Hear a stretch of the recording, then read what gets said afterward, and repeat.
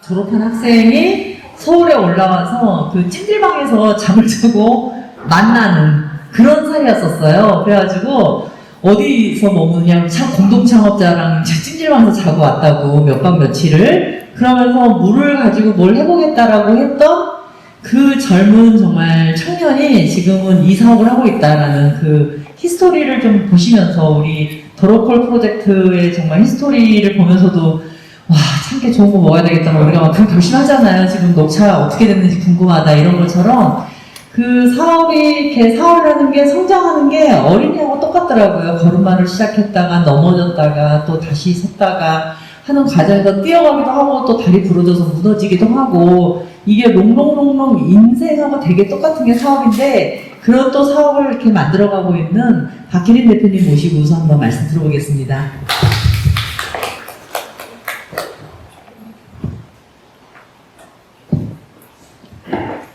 네, 안녕하세요. 반갑습니다. 저는 이노마드의 박혜린이라고 하고요. 어떻게 보면 지금 로컬이라는 주제로 얘기를 하고 있는데 에너지나 이런 넷제로라는 게 사실은 되게 좀 다른 영역에 있다고 생각하실 수 있지만 이게 발견을 하고 기회를 하고 어떤 가치를 소비한다라는 측면에서는 어떻게 보면은 이 같은 도메인 내에 있는 걸 고민하다가 이 도메인 밖에 있는 얘기를 들었을 때 오히려 좀 더 많은 인사이트를 얻을 수도 있을 것 같아요. 그래서 저희가 지금까지 비즈니스를 했었던 그 궤적을 공유를 드리면서 어떻게 이 부연하는 지역의 로컬에서 새로운 기회를 발견하고 내재화할 수 있을까 생각해 볼 수 있는 시간이 되면 좋겠습니다. 저는 그 환경 에너지 쪽 일을 하고 있고요. 그 배경을 잠깐 말씀을 드리면 최근 들어서 그 기온이 되게 이상해지고 있어요. 지금 뭐 최근에 우리가 이상기온이라고 했을 때는 과거에 뉴스라든지 아니면 특정 논문에서만 얘기를 하다가 여기 좌측에 로고가 보이시겠지만 2년 전부터는 계속 패션 매거진에서 얘기를 하기 시작했습니다. 왜냐면 이게 북극곰의 문제거나 누군가의 문제였다가 이제 일상으로 들어오고 있는데 예를 들면 지금 이 사진 혹시 언제 찍은지 아시겠어요? 네. 5월 2일에 찍은 거예요. 22년 만에 대설특보가 발령이 됐고, 그리고 이거 잘 아시죠? 캘리포니아에 대형 산불이 일어났는데, 이게 그냥 산불이 일어났다고 생각하시겠지만, 이 배경을 잘 살펴보시면, 캘리포니아가 지난 한 6년 정도 계속해서 비가 오지 않고 가뭄이 굉장히 심했습니다.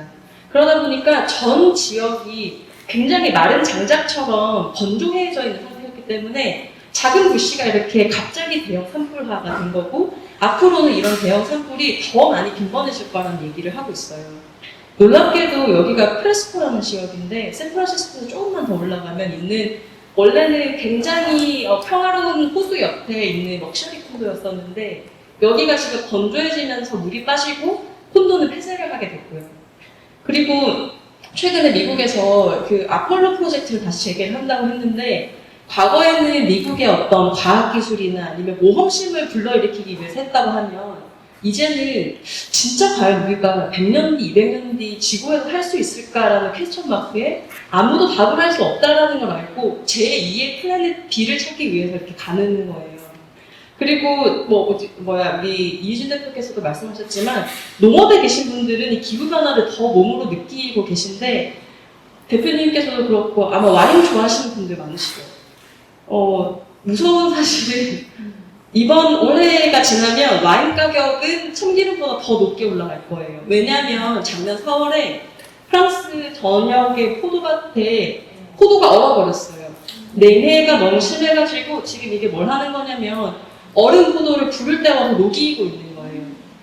전체에서 80% 정도가 이렇게 피해를 입어서 아마 제대로 된 성장을 할 수가 없을 거고 이게 제대가 되지 못하면 와인의 직접적인 생산량이 아주 급감할 거라고 지금 예측을 하고 있고 이 내용은 단순하게 어떤 포도의 문제가 아니라 앞으로 점점 더 확장이 될 거라고 보고 있는데 예를 들면 갓형이 뭘로 유명하시죠, 여러분?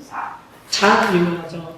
잣은 충분히 추워야 열매를 맺어서 우리가 수확을 할 수가 있는데 잣이 지금 3년 동안 가평에서 생산이 되고 있지 않습니다. 거의 대부분이. 왜냐하면 날씨가 너무 따뜻해져서 지금은 이제 평창이라든지 조금 더 높은 산으로 가야만 전남동에서 이 잣이 열린다고 해요. 그리고 그 경남에 가시면 하동, 아까 그 녹차 얘기도 하셨지만, 하동을 가면 또 녹차도 유명하지만, 제첩도 유명한데, 제첩이 섬진강에서 이렇게 하구에 민물에서 조업을 하거든요. 그런데 우리가 해수면 상승이라고 하면 북극곰을 생각하잖아요. 근데 실제로 해수면 상승이 여기에도 영향을 미쳐요. 섬진강은 이렇게 남해랑 맞닿아 있는데 해수면이 실제로 상승을 해서 섬진강으로 바닷물이 역류를 해가지고 과거에는 제첩을 조업하던 데가 더 이상 제첩이 나지를 않아요. 그래서 이런 해수면 상승이 더 고도화되다 보니까 이런 마이크로소프트 같은 회사는 그걸 기정사실화를 해버리고 여기 뒤에 보이는 게 데이터 센터거든요. 이거를 아예 우리가 육지가 물에 잠길 수도 있으니까 아예 그냥 물에 빠뜨리자. 그래서 3년 전부터는 그냥 해저에서 작동되는 그런 수중 데이터 센터를 만들어서 테스트를 하고 있어요. 그러니까 제가 이걸 말씀드리는 거는 단순하게 더울 때 더 덥고 추울 때 더 추워지는 정도의 문제가 아니라 이거는 굉장히 전반적인 패러다임을 바꿀 만큼의 큰 임팩트를 만드는 거라고 생각을 하고 그렇기 때문에 2018년부터 세계 경제 포럼에서 경제 위기는 앞으로 기후 위기와 맞닿아 있다는 얘기를 하면서 경제 포럼에서 반복해서 기후 변화 얘기를 하기 시작해요. 그러니까 다시 말하면은 내가 타고 있는 차가 더 이상 안전하지 않다는 걸 알게 된 거예요. 내가 직접 사고도 나봤고 테스트도 해봤고 여러 가지 그 과정을 통해서 내가 더 이상 이 차를 가지고 운전을 해서는 앞으로의 내 생존을 보장할 수 없겠다는 생각을 하게 되니까 이제 뭔가 대안을 만들어야 되는 상황이 된 거죠.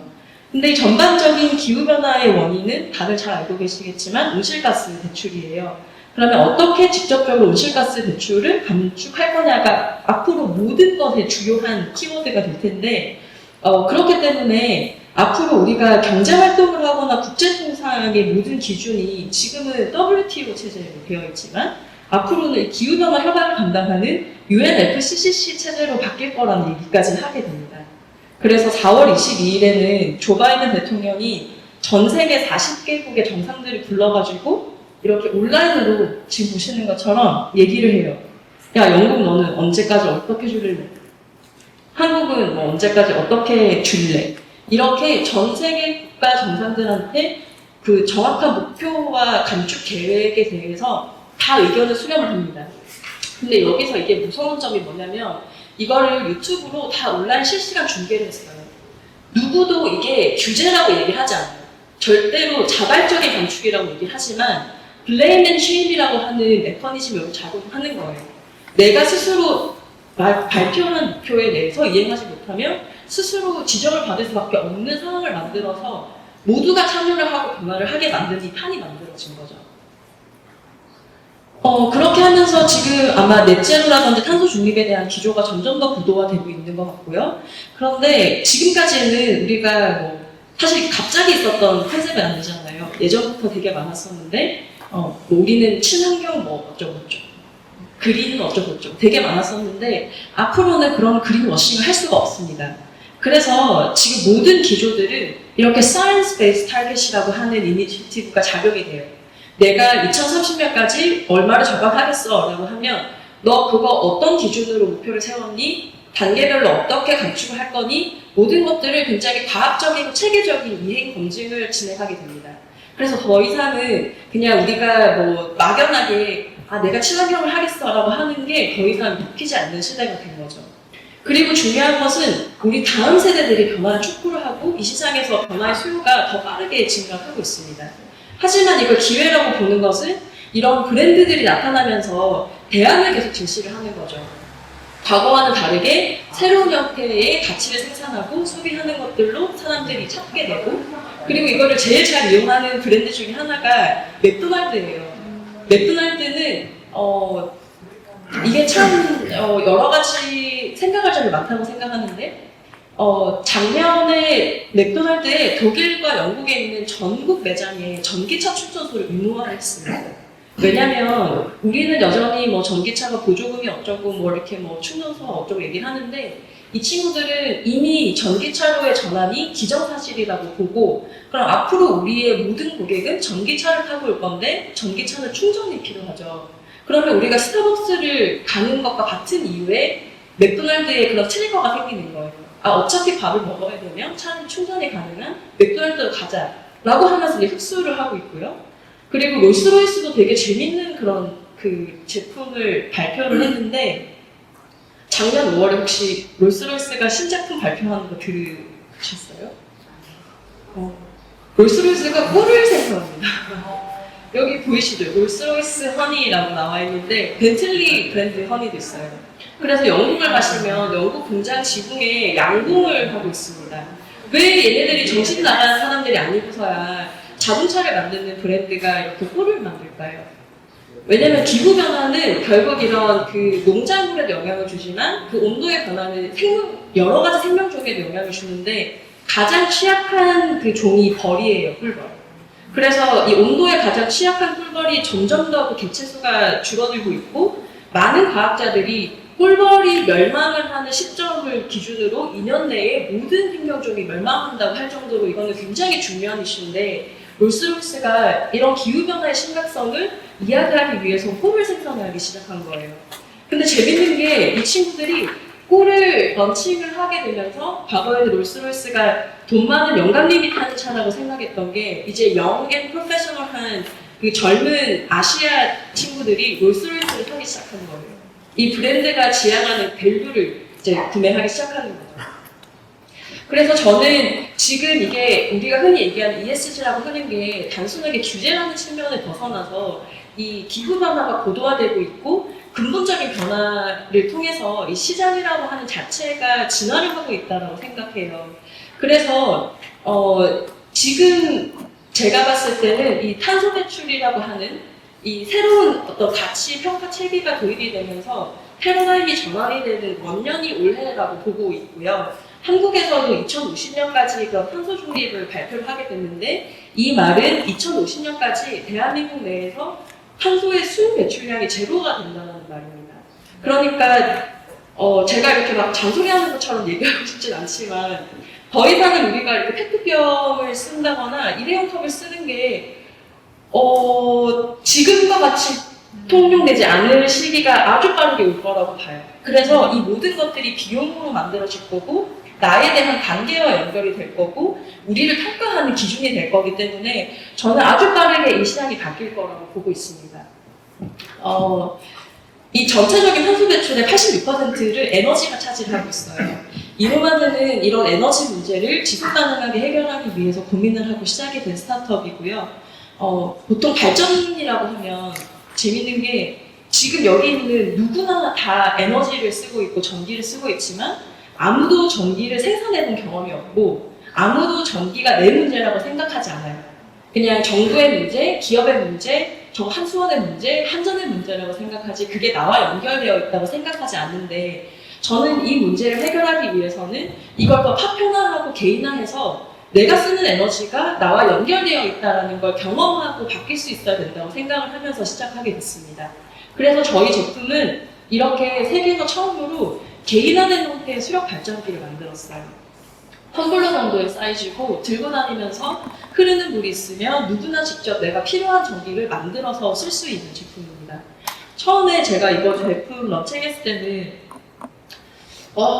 박혜민 씨는 시간이 참 많나 봐요. 왜 이런 쓸데없는 일을 하시죠? 라고 얘기를 되게 많이 들었었는데, 저희가 이거를 런칭하고 나서 실제로 시장에 나갔을 때 여러 그런 그 정부에 관련된 관계자들이라든지 아니면 이런 여러 해외 외신들이 와서 이렇게 취재를 해가기도 하고, 이방카 트럼프랑 모디 총리가 그런 주최하는 그런 메인 행사나 무하마드 유누스 그 마이크로 크레딧 그 만드신 그 수상자가 이렇게 선별한 그런 임팩트 비즈니스에도 파이널리스트로 선정이 된다거나, 아니면 앤드류 왕자 왔을 때 우리 제품이 이렇게 추천을 받아서 영국에 가서 소개를 한다거나 하는 일련의 과정들을 지금 겪고 있는데요.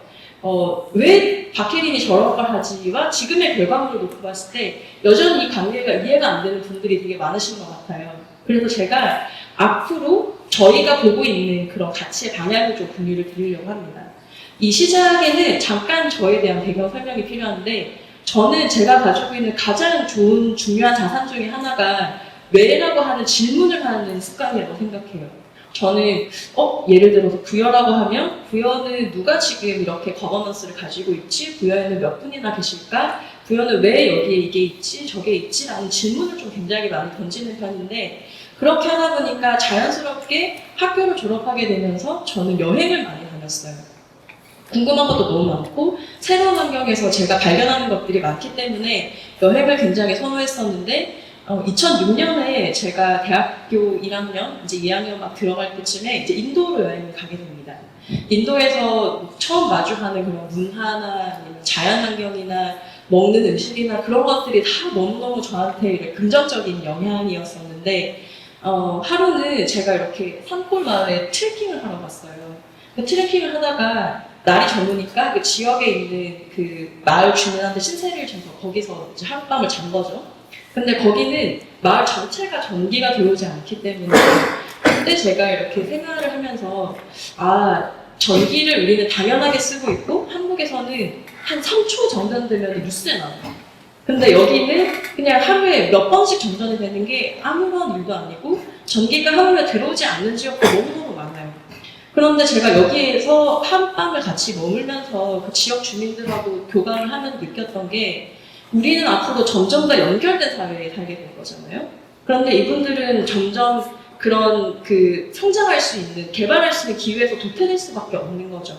그래서 어떻게 하면은 이런 앞으로의 파버티, 그러니까 빈곤은 결국은 전력 접근성과 연결될 수밖에 없는데 내가 이렇게 수동적이 아니라 능동적이고 자발적으로 전력을 생산하고 사용할 수는 없을까라는 생각을 하면서 시작을 하게 됐었고, 그리고 말씀드렸던 것처럼 저는 되게 큰 시장 기회가 있다고 생각하는데 2013년을 기점으로 되게 시장이 빨리 바뀌는 그 모멘텀이 만들어졌어요. 그때가 스마트폰 사용자 수가 PC 사용자 수를 초과할 때였었는데 과거에는 사실 컴퓨터를 쓰면 우리가 집에서 아니면 사무실에서 특정한 공간에서만 썼기 때문에 내가 사실 실내 밖에서 전기를 써야 될 상황 자체가 없었거든요. 그런데 지금은 우리가 다 스마트폰을 쓰고 있다 보니까 보조 배터리도 써야 되고 이제는 5000mAh가 얼마인지를 내가 알게 되는 정도의 상황이 된 거죠. 그리고 더 중요하게 생각하는 게 이거예요.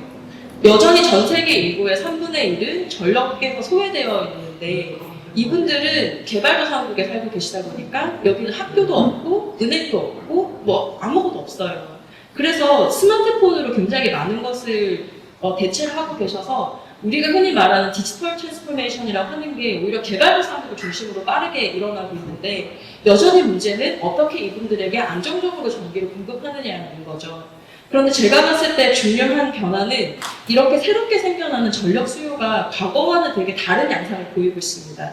예전에는 공급자가 그냥 내가 여기에다가 뭐 몇만 평짜리 공장을 지어가지고 석탄 떼어서 1kg에 뭐 100원짜리 전기를 만들어서 팔래라고 하면 충분히 한전한테 뭐 그런 계약을 받아가지고 전기를 팔 수가 있겠지만 이제는 더 이상 그런 중앙 집중형 형태의 전력을 공급할 수가 없는 상황이 됐고, 그리고 고객들이 예전에는 내가 건물 내에서라고 하는 특정 장소에서만 전기를 소비했지만 이제는 들고 다니면서 쓰기 때문에 공급자가 아니라 수요자 중심의 전력을 공급할 필요가 생겼고, 그리고 제일 중요한 거는 이런 새로운 수요가 이 110V, 220V가 아니에요. 지금 대부분의 랩탑도 마찬가지고 스마트폰도 마찬가지고 USB를 쓰고 있잖아요. 그런 저전력에 아주 효율적인 전력을 쓰고 있다 보니까 더 이상 큰 전기를 싸게 만드는 게 중요한 게 아니라 어떻게 하면은 적정한 시기에 필요한 전기를 공급할 수 있느냐가 중요하게 된 거죠. 그래서 미국에서는 이미 이러한 류의 시장이 만들어지고 있었고 이 기회를 보고 저희도 시작을 하게 됐습니다. 그래서 저희가 제일 먼저 했었던 거는 아마 여러분도 새로운 문제를 고민하실 때 가장 중요한 시발점이라고 생각을 하는데 기존에 우리가 단면하고 있는 전통적인 형태의 워킹 프로세스를 다시 이렇게 파편화해서 재정의를 해보는 거죠. 예를 들면 지금 우리의 에너지 시스템에 문제가 있다고 하면 지금 우리 에너지 시스템은 어떻게 구성이 되어 있지? 지금은 누구나 똑같이 전 세계적으로 이렇게 쓰고 있어요. 석탄이나 석유와 같은 특정 지역에 매장되어 있는 화석 연료를 채굴을 하고 대형 상선을 통해서 그걸 이송을 해서 한국으로 가지고 오면 그거를 태워서 거대한 증기 터빈을 돌리고 터빈에서 만들어진 전기를 송전선을 통해서 우리 건물로 오게 됩니다. 이거는 우리 집에서도 마찬가지고 여기서도 마찬가지고 여러분이 계시는 회사에서도 마찬가지예요. 누구나 이렇게 전기를 지금 쓰고 있습니다. 그런데 이거를 우리는 화석연료가 아니라 흐르는 물이라고 하는 새로운 에너지원으로 쓰겠어. 그리고 이 거대한 대형 터빈도 이 거물만한 집차만한 게 아니라 우리는 딱 500ml 정도의 지름의 손바닥만한 사이즈로 5W의 전기를 만들 수 있는 터빈을 하겠어. 그리고 5600mAh의 리튬이온 배터리가 내장되어 있어서 누구나 흐르는 물로 전기를 생산하면 USB 전원으로 쓸 수 있는 걸 만들겠어. 라고 하면서 이제 시작을 하게 된 거죠. 처음에는 아까 보여드렸던 것과 같은 그런 물병 크기의 제품이 아니었어요.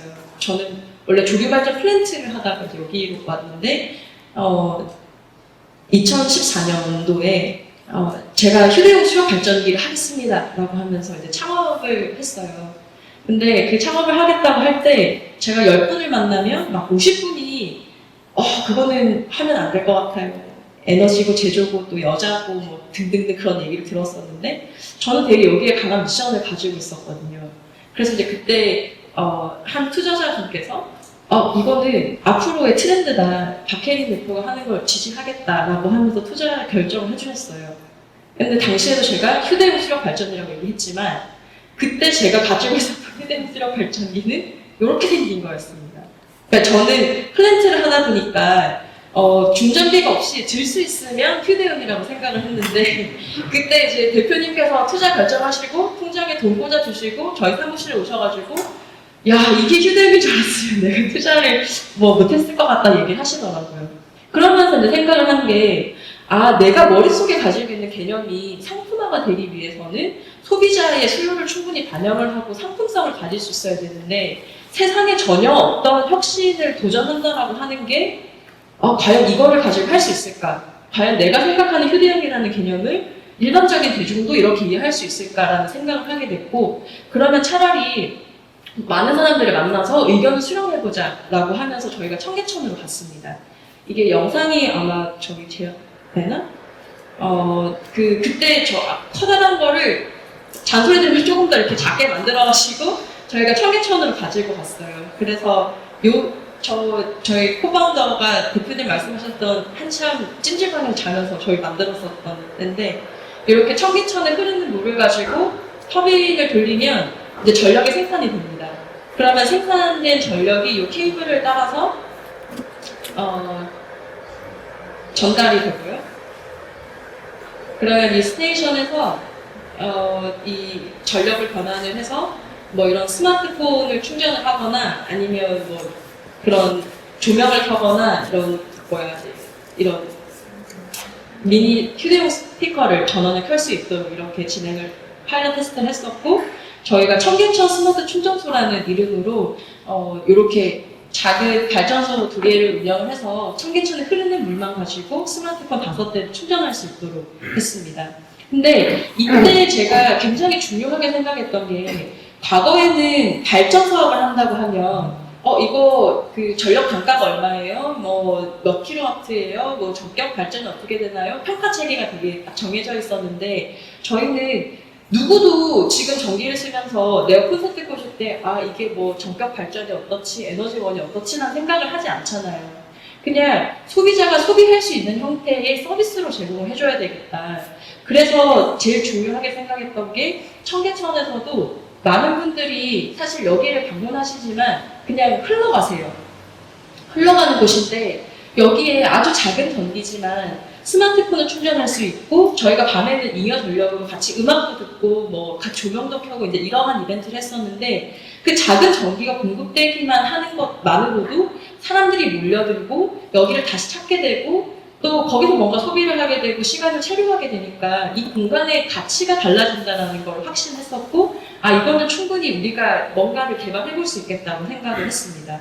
그래서 처음에는 청계천에 이걸 설치한다고 해가지고 저한테 이명박 친척이냐고 해가지고 별의별 회의적인 얘기를 많이 들었었는데 실제로 이걸 저희가 설치를 하고 운영을 하는 동안에 3개월 동안 한 20만 명 정도가 다녀가셨어요. 그래서 요거를 처음에는 설치했을 때 뭐지 이러셨다가 다음에는 그 주말에 가족들을 데리고 같이 오세요. 그래서 아이들한테 네가 지금 쓰는 전기가 저기서 이렇게 만들어지는 되게 어린 시절이죠. 2014년의 모습입니다.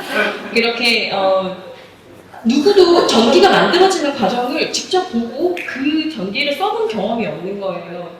그런데 내가 그걸 보고 쓰는 경험이 저는 생각보다 정말 임팩트가 크다라는 것을 이번 프로젝트를 통해서 확신을 했습니다. 그런데 문제는 이러한 형태의 제품을 소비할 수 있는 지역이 얼마나 많지라고 생각해 보니까 그것도 쉽지 않은 거예요. 그러면 어떻게 하면은 단일 제품을 최대한 많은 볼륨으로 소비할 수 있게 할까라고 하면서 이제 주목했던 게 미국의 캠핑 아웃도어 시장입니다.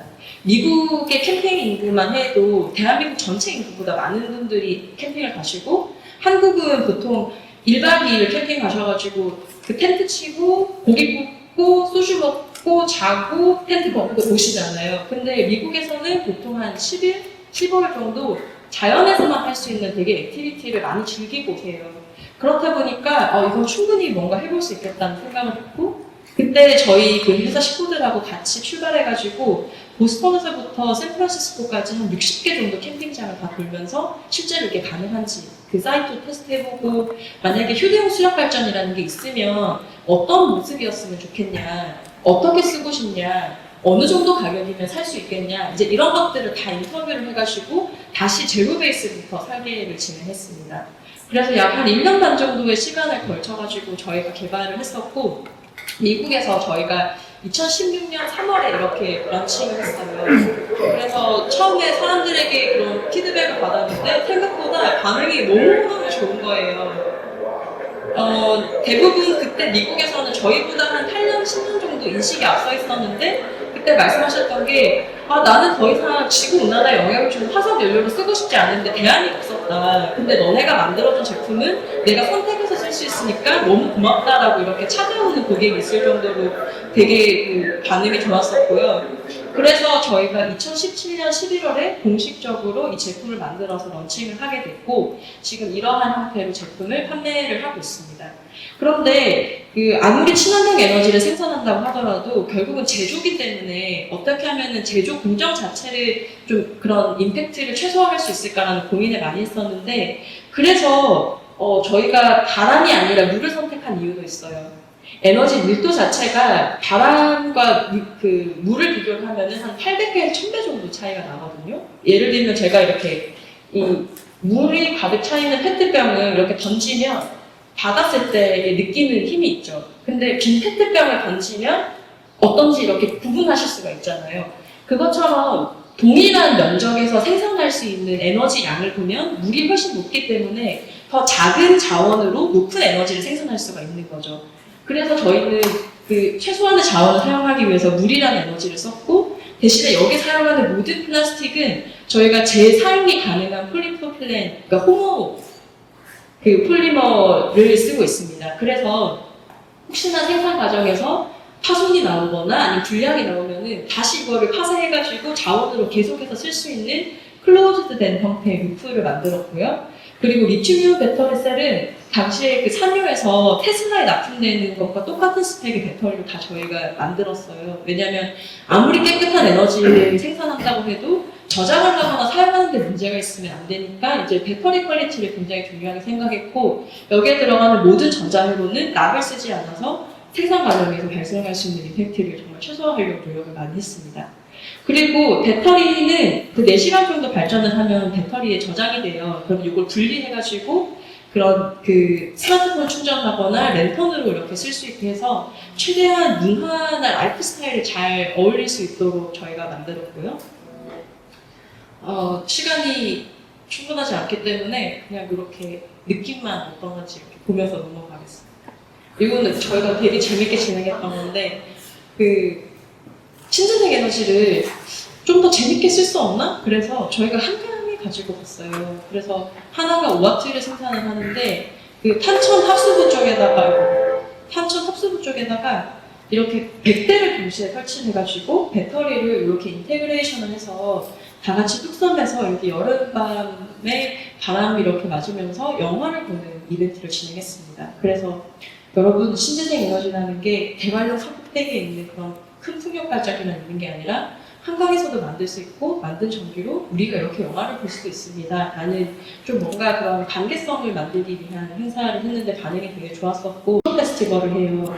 그래서 야외에서 하는 행사는 보통 휴대용 디젤 발전기를 쓰시는데 그게 아니라 저희가 홍천에서 만든 수력발전, 한강에서 만든 수력발전을 배터리에 저장해서 이렇게 연탄 배달하듯이 배달해드리는 이벤트도 했는데 반응이 되게 좋았었고 아예 여행 상품도 만들어가지고 이렇게 카누를 타고 그런 그 소남이섬을 이렇게 투어를 하는 동안에 직접 내가 만든 전기로 이렇게 쓸 수 있는 것도 제공을 해드리고 또 혹시 그 기계공학을 전공하신 분들, 유체 역학을 하신 분들은 아시겠지만 이 회전체가 발전을 하기 위해서는 그 에너지의 저항을 받아야 되거든요.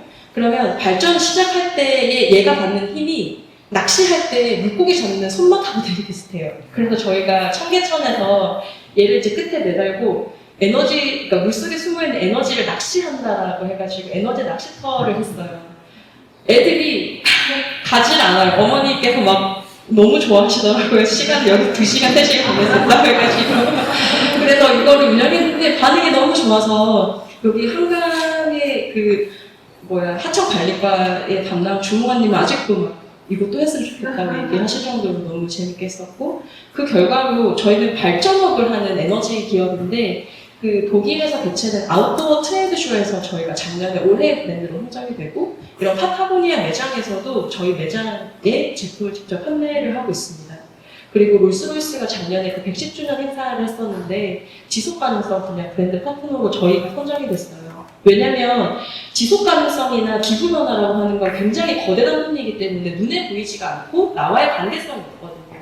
그런데 저희는 계속해서 그걸 개인화하고 어떻게 하면 관계성을 만들어서 이게 나의 문제라고 생각하고 내가 움직이게 할 수 있을지를 계속 고민을 하고 있는데 이노마드는 계속 그거를 교육과 연계하고 예술과 연계하고 지역과 연계해서 그런 그 고민들을 많이 하고 있고요.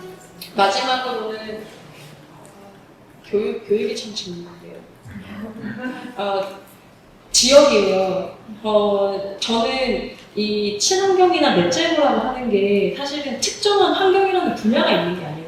모든 것에 기반이 되는 저변에 있는 것이 사실은 환경이고 우리가 건강이라고 하는 것처럼 이 지구의 건강을 생각할 수밖에 없는 환경 문제가 점점 심각해지고 있는데 가장 전 세계에서 이거를 빠르게 지역에 자산화를 하고 있는 게 샌프란시스코와 뉴올리언스입니다. 왜냐면 이 두 개의 국가가 지금 영상이 그거 포함되어 있지가 못한데 캘리포니아에서 엄청나게 큰 산불을 경험했죠. 그리고 뉴올리언스에서는 거의 그 도시가 파괴될 정도의 그런 카트리나라는 대형 재해를 맞았습니다. 그렇게 실제로 자연의 기후변화로 인한 문제를 경험하다 보니까 바뀌지 않으면 안 되겠다고 생각을 하게 됐었고 그래서 이들이 지금 하고 있는 크게 4가지 종류가 있습니다. 하나는 지역에서 여기에 관련된 컨퍼런스를 글로벌 사이즈로 유치를 하고 있어요. 그래서 뉴올리언스나 샌프란시스코를 가면 항상 이 넷제로에 관련된 주요 인사들이나 관련 관계자들이 항상 거기서 이야기를 하고 논의를 하고 새로운 것들을 모색할 수 있도록 그런 장소를 만들고 있고 두 번째는 그 지역 주민들과 다음 세대들을 위한 교육을 정말 열심히 하고 있습니다. 그래서 항상 그런 교육 분야에서 이거를 리딩을 하고 선도를 하고 있다는 게 제일 큰 것 같고요. 그리고 세 번째는 자신들이 경험한 그 기후 재난을 스토리로 풀어서 자산화를 하고 있어요. 상품화를 하고 있습니다. 예를 들면 그 대형 산불에서 이렇게 불타버린 나뭇가지를 그 환경 문제랑 같이 엮어서 계속 상품화를 하고 스토리를 더 많은 사람들한테 전달을 하고 있고요. 그리고 네 번째는 그거를 관광 상품하고 엮어서 앞으로는 우리가 더 많은 기후변화의 재난을 겪게 될 텐데 그걸 어떻게 하면은 자연스러운 이야기로 풀어내서 사람들의 관심을 가지게 할 건지를 관광과 연계를 해서 굉장히 잘 풀어내고 있다고 생각합니다. 그러니까 저는 물론 이렇게 문제를 겪고 나서 바뀌는 것도 좋지만 굳이 일어날 줄 아는 문제를 겪기 전까지 기다리고 있는 건 되게 어리석다고 생각해요. 그러면 변화의 필요성을 알고 있는 그런 지역에서 조금 더 선제적으로 우리가 넷제로 아니면 이런 지속가능성이라고 하는 키워드를 지역에 내재화를 하셔가지고 기존의 자원과 연계를 하면 충분히 그게 이야기로 풀 수도 있고 자원으로 풀 수도 있고 관광 상품이 될 수도 있다고 생각을 합니다. 그래서 여기까지 말씀을 드리고 궁금하신 내용은 또 대답 드릴 수 있도록 하겠습니다. 감사합니다.